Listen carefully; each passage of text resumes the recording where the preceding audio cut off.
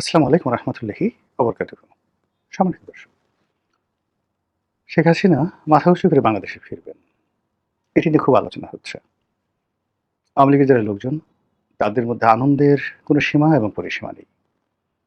বিরোধী দল যারা আছেন, বিশেষ করে তরুণ যারা আছেন, তারা সবাই বলছেন, আসো আসো আসো, আমরা তো তোমার জন্যই অপেক্ষা করছি।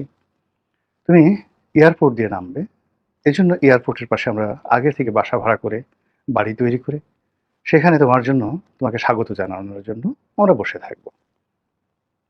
আপনারা বুঝতে পারছেন যে এই ধরনের কথাবার্তা সাধারণত এনসিপি এবং জামাত শিবিরের যারা লোকজন রয়েছেন তারাই এই কথাগুলো বলছেন। বিএনপি কার্যত এখানে খুব ডিপ্লোম্যাটিক যে অ্যাটিটিউড সেটা তারা প্রদর্শন করছে। ওরকম কথাবার্তা না বলে তারা শুধু বলছে যে হ্যাঁ, তিনি আসেন, তিনি যদি আসেন তার প্রতি অবিচার করা হবে না।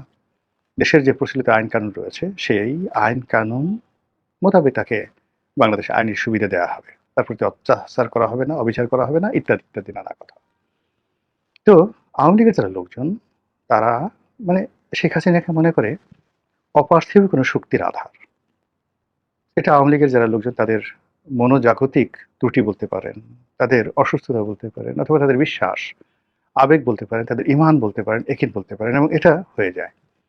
দীর্ঘদিন ধরে আপনি যখন কারো নেতৃত্বে নিজেকে বিলীন করেন, নেতা এবং তার কর্মী, এদের মধ্যে যে সম্পর্কটি রয়েছে এটি আপনি আল মুকাদ্দিমা যদি পড়েন ইবনে খালদুনের, আপনি বুঝতে পারবেন যে এটা পিতা পুত্রের যে সম্পর্ক, মায়ের সাথে তার পুত্রের যে সম্পর্ক, এই সম্পর্কের চাইতেও নেতা এবং তার কর্মীর মধ্যে আরো অতি উচ্চ মার্গের সম্পর্ক তৈরি হয়।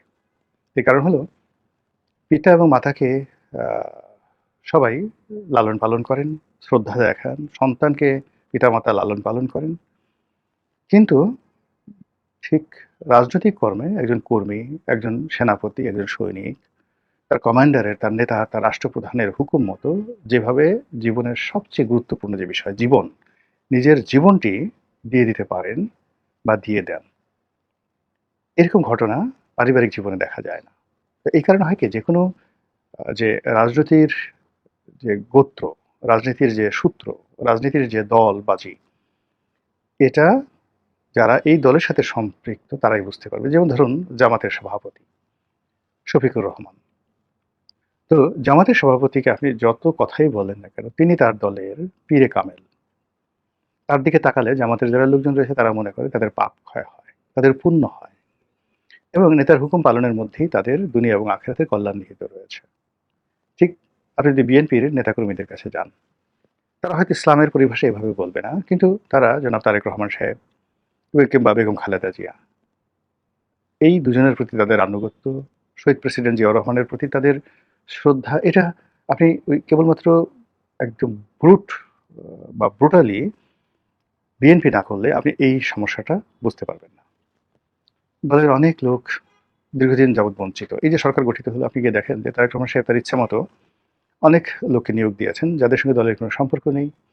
এতে করে অনেক সিনিয়র যারা নেতৃবৃন্দ রয়েছেন তারা মারাত্মকভাবে অপমানিত বোধ করছেন, কিন্তু তারা দল ছেড়ে যাচ্ছেন না, দলের বিরুদ্ধে কথা বলছেন না, নিজেরা নিজেরা সমালোচনা করছেন, এটা কেন হলো, এটা কি হলো, কি হলো, এটা কি করা ঠিক, এই সরকার কি টিকবে, ইত্যাদি ইত্যাদি। কিন্তু যদি বাংলাদেশ জিন্দাবাদ বলা হয়, প্রথম বাংলাদেশ আমার শেষ বাংলাদেশ বলা হয়, তাহলে কিন্তু ওই যে তারেক রহমান সাহেবের সামনে যেভাবে মন্ত্রীরা দৌড়াচ্ছে, বা যারা মন্ত্রিত্ব লাভ করার পর তারেক রহমান সাহেবকে তাদের পিতার আসনে বসিয়েছেন, পীরের আসনে বসিয়েছেন, অলি আল্লাহ গাউস কুতুবের আসনে বসিয়েছেন, তারা যেভাবে তাকে সম্মান করেন, ওই যে দলের যে আঘাতপ্রাপ্ত কর্মী বা নেতা যে কিছুই পায়নি, দলের বিপদে সেও কিন্তু একইভাবে বরং এই যে এখন যারা সুবিধাভোগী তাদের চাইতেও বেশি দলকে ভালোবাসবে। এই যে দল করার কারণে মানুষের মধ্যে যে পারস্পরিক সম্পর্ক, এটা অনাদিকাল থেকে, মানে একেবারে আদিকালেরও আদিকাল, যখন মানুষ পাহাড়ে বসবাস করতো গোত্রগতভাবে, তখন থেকে এই সম্প্রীতিটা চলে আসছে। তো সেই দিক থেকে আওয়ামী লীগের যে প্রায়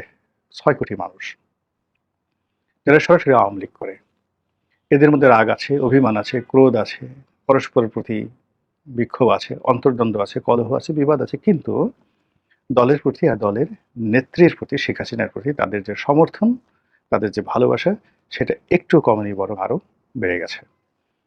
এ কারণ হলো যে ধরুন এখন বিএনপি ক্ষমতায় আসছে বা জামাত ক্ষমতায় আছে, তো এই সময় এদের মধ্যে অনেকগুলো সমস্যা তৈরি হয়েছে।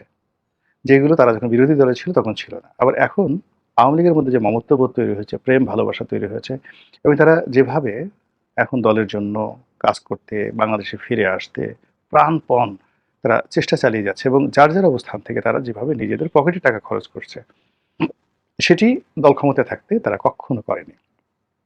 তো সেই দিক থেকে আওয়ামী লীগ যে একটা মানে বাংলাদেশের রাজনীতির জন্য একটি, যাকে বলবো, কি বলবো, একটা মাইলস্টোন, এটি হিমালয়, এটি সমুদ্র, এটি বঙ্গোপসাগর, এটি পদ্মা, মেঘনা, যমুনা, আপনি যেটা বলেন না কেন। আপনি বাংলাদেশ যদি ধরেন তাহলে আপনি ঠিক বাংলাদেশে কেওক্রাডাং বা আপনি যদি উত্তরবঙ্গে যান সেখান থেকে যে কাঞ্চনজঙ্ঘা দেখা যায়, সেই কাঞ্চনজঙ্ঘা রূপ, কিংবা আপনি যদি কক্সবাজার যান তাহলে বঙ্গোপসাগরের রূপ, পদ্মা, মেঘনা, যমুনার রূপ, এটা ছাড়া আসলে বাংলা কল্পনা করা যায় না। একইভাবে রাজনীতির ক্ষেত্রে আওয়ামী লীগ এখন এরকম একটা অবস্থা তৈরি করে ফেলেছে, প্রায় ৭০ বছরে তাদের যে সুদীর্ঘ রাজনীতির যে ইতিহাস, সেই ইতিহাসে তারা যে লিগেসি তৈরি করে ফেলেছে, এই কারণে বাংলাদেশে যদি মিলিটারি শাসন আসে, ডিক্টেটরশিপ আসে, একজন মুসলিনি আসে, একজন হিটলার আসে, তখন হয়তো আওয়ামী লীগের নাম এভাবে উচ্চারিত হবে না। কিন্তু অ্যাজ লং অ্যাজ আপনি রাজনীতির কথা বলবেন, দলের কথা বলবেন, আওয়ামী লীগের কথা বলবেন না, কিন্তু জামাত এবং এনসিপি, বিএনপির কথা বলবেন, হবে না।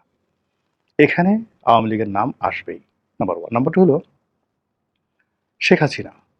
এই দলটির যে নেতৃত্ব ১৯৮০ সন থেকে সরাসরি আজ অবধি, তাহলে ৪৬ বছর ধরে এই দলটির সর্বোচ্চ নেতৃত্বে তিনি আছেন। এই ৪৬ বছর বয়সে তিনি অন্তত ৩ থেকে ৪টি জেনারেশনকে পেয়েছেন। অর্থাৎ ঢাকা বিশ্ববিদ্যালয়ে যারা ভর্তি হয়েছে ১৯৮০ সনে, প্রতি তারা ধরেন ৫ বছর বা ১০ বছর, গড়ে ৭ বছর ধরেন থাকলো। তো ৭ বছর যদি থাকে তাহলে এই ছাত্রলীগের কয়টি গ্রুপকে তিনি পেয়েছেন ঢাকা বিশ্ববিদ্যালয়ের ৭ বছর, বা ধরেন কলেজ লাইফ থেকে একেবারে বিশ্ববিদ্যালয়ে পড়া পর্যন্ত ১০ বছর যদি আপনি ধরেন, তাহলে ৪.৫টি জেনারেশন তিনি পেয়েছেন যারা ছাত্রলীগ থেকে এখন বৃদ্ধ লীগ হয়ে গেছে। ৮০ সনে যারা ছাত্রলীগ করতেন তারা এখন অনেকের বয়স এখন ৭০-৭৫ বছর বয়স হয়ে গেছে। এই যে বিশাল শ্রেণী, যাদের সঙ্গে শেখ হাসিনার যে অ্যাডাপশন, যে সম্পর্ক, ব্যক্তিগত সম্পর্ক, এটা স্মৃতিবহুল। তারা একসাথে মুড়ি মাখিয়ে খেয়েছে, একসাথে নৌকায় চড়ে পদ্মা নদী পাড়ি দিয়েছে, একসাথে স্পিড বোটে করে গেছে, তারা একসাথে গাড়িতে করে, বাসে করে সারা বাংলাদেশ গেছে এবং একসাথে রবীন্দ্রসঙ্গীত গিয়েছে ৮০ সনে, ৯০ সনে। তারা ওই ৩২ নম্বরের বাড়িতে শেখ হাসিনা রান্না করেছে, তারা সবাই খেয়েছে। এই যে স্মৃতি, এই স্মৃতির কারণে শেখ হাসিনার সঙ্গে বহু অভিমান আছে, বহু কষ্ট আছে, কিন্তু এরকম একটা সম্পর্ক লক্ষ লক্ষ নেতাকর্মীরা আছে।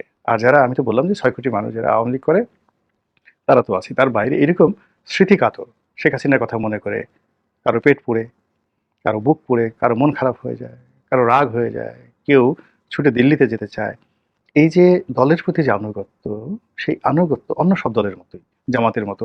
একটা লোক ধরেন এখন সিপিবি, ছোট একটা দল, কিন্তু সিপিবি বা বাসদ, এই দলগুলো দেখবেন যে অনেকগুলো মানুষ আদর্শিক কারণে অনেকে বিয়েই করেনি, সারা জীবন এই দল করে তারা জীবন শেষ করে দিল। বিসিএস চাকরি পেয়েছে, অনেক পাকিস্তানের সিএসপি অফিসার হওয়ার সুযোগ ছিল, সবকিছু বাদ দিয়ে তারা কিন্তু এই দলগুলো করেছে। তো এই যে দল করার যে মনোবৃত্তি, সেটা আওয়ামী লীগের মধ্যে খুব বেশি প্রবল। এর কারণে এই দলটি সেই ক্ষমতায় গেছে বারবার, ৫৪তে ক্ষমতায় গেছে, ৭০-এ ক্ষমতায় গেছে, তারপরে ৯৬-তে ক্ষমতায় ছিল, এরপরে ৯৬-এর পরে টানা একেবারে ২০০৮ থেকে ২৪ পর্যন্ত।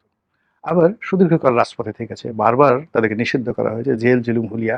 মানে আমাকে যে দেখিবারে পায়, মানে অসীম ক্ষমায় ভালো মন্দ মিলায়ে সকলই, শেষের কবিতা সেই যে বিখ্যাত উক্তি। এখন আওয়ামী লীগের যারা লোকজনরা আছে এর মধ্যে শুধুমাত্র মাখন খাওয়া পার্টি নেই, জেল খাওয়া খাটা খাওয়া মানে খাটা পার্টি আছে, মন্ত্রী হওয়া পার্টি আছে, মানে মন্ত্রী হয়েছে, জেলও খেটেছে। আবার ধরেন আওয়ামী লীগকে ব্যবহার করে মাস্তানি করেছে, চাঁদাবাজি করেছে, আবার জেল খেটেছে, কর্তৃপক্ষের সাথে মারামারি করেছে। তো সব মিলিয়ে মানে এই দলটির সঙ্গে যে তাদের যে সম্পর্ক, সেই সম্পর্কটি এইরকম যে তারা মরে যাবে, রক্ত মাংস আলাদা হয়ে যাবে, কিন্তু আওয়ামী লীগ থেকে তাদেরকে আপনি আলাদা করতে পারবেন না। আর এই যে আওয়ামী লীগের যে রাজনৈতিক মনোবৃত্তি, সেই মনোবৃত্তির কেন্দ্রে ম্যাগনেটিক পাওয়ার হিসেবে যিনি আছেন, তিনি শেখ হাসিনা। এখন যেটা বলছিলাম যে এই যে শেখ হাসিনা ম্যাগনেটিক পাওয়ার হিসেবে আছেন, তিনি এখন কি অবস্থায় আছেন, কোথায় আছেন আমরা সবাই জানি। কেউ বলছেন পালিয়ে গেছেন, কেউ বলছেন না পালিয়ে যাননি, তাকে রাষ্ট্রীয় হেলিকপ্টারে করে পাঠিয়ে দেওয়া হয়েছে। কেউ বলছেন তিনি আর জীবনে ফিরে আসতে পারবেন না, কেউ বলছেন তিনি আবার আসবেন, একেবারে প্রধানমন্ত্রী হিসেবে আসবেন, এয়ারপোর্ট থেকে তাকে স্যালুট দিয়ে নিয়ে প্রধানমন্ত্রীর রূপে বসাতে হবে। কারণ তিনি যে পদত্যাগ করেছেন, পদত্যাগের কাগজ নেই, রাষ্ট্রপতি বলেছে। অন্যান্য যে সমস্ত কথাবার্তা ইউনূস আমলে বলা হতো, সংবিধানের এত অনুচ্ছেদ, ১০৬ অনুচ্ছেদ, এখন এগুলো নিয়ে কেউ আলোচনাই করছে না। অনেক বড়, বড় বিএনপির নেতা, ডক্টর মোহাম্মদ ইউনূসের বুদ্ধিজীবী, তারা খালি হন্যে হয়ে খুঁজছে। শেখ হাসিনা যে পদত্যাগটা করেছেন, সেই পদত্যাগের পেপারটা কই? যদি পদত্যাগের পেপারটা না থাকে, তাহলে এটা আগামীতে শেখ হাসিনা যদি ফিরে আসে, এটা ঝামেলা তৈরি হবে, ভীষণ রকমের ঝামেলা তৈরি হবে।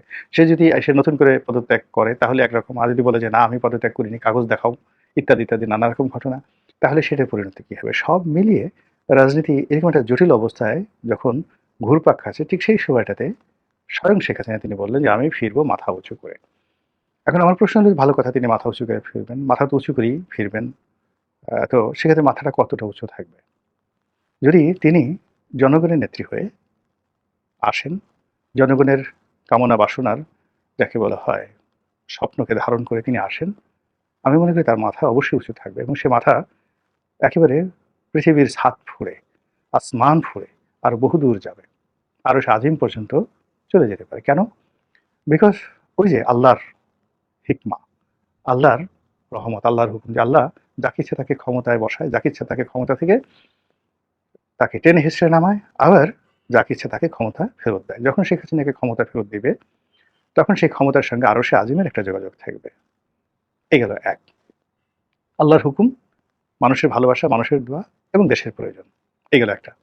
আরেকটা হলো যে তিনি ঠিক যেভাবে ডক্টর মোহাম্মদ ইউনূস আসছে আমেরিকার দালাল হয়ে, দাবিদার হয়ে, সেন্ট মার্টিন দ্বীপ দেওয়ার কথা বলে, মার্কিন গোলামি চুক্তির কথা বলে, এবং অন্যান্য যাদের নাম শোনা যাচ্ছে, তাদের মতো করে যদি তিনি আসেন, তার মাথা উঁচু থাকবে না, বরং তার সারা জীবনের যে অর্জনগুলো আছে সেই অর্জনগুলো নষ্ট হয়ে যাবে।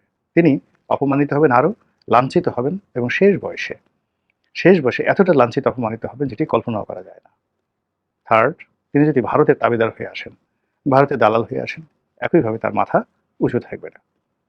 এখন ভবিষ্যতের ব্যাপারে আল্লাহ জানেন। আপনারা অপেক্ষা করুন এবং দেখতে থাকুন যে তিনি আসেন কি আসেন না, বা আসলে মাথাটা কিভাবে উঁচু থাকে আর কিভাবে নিচু থাকে।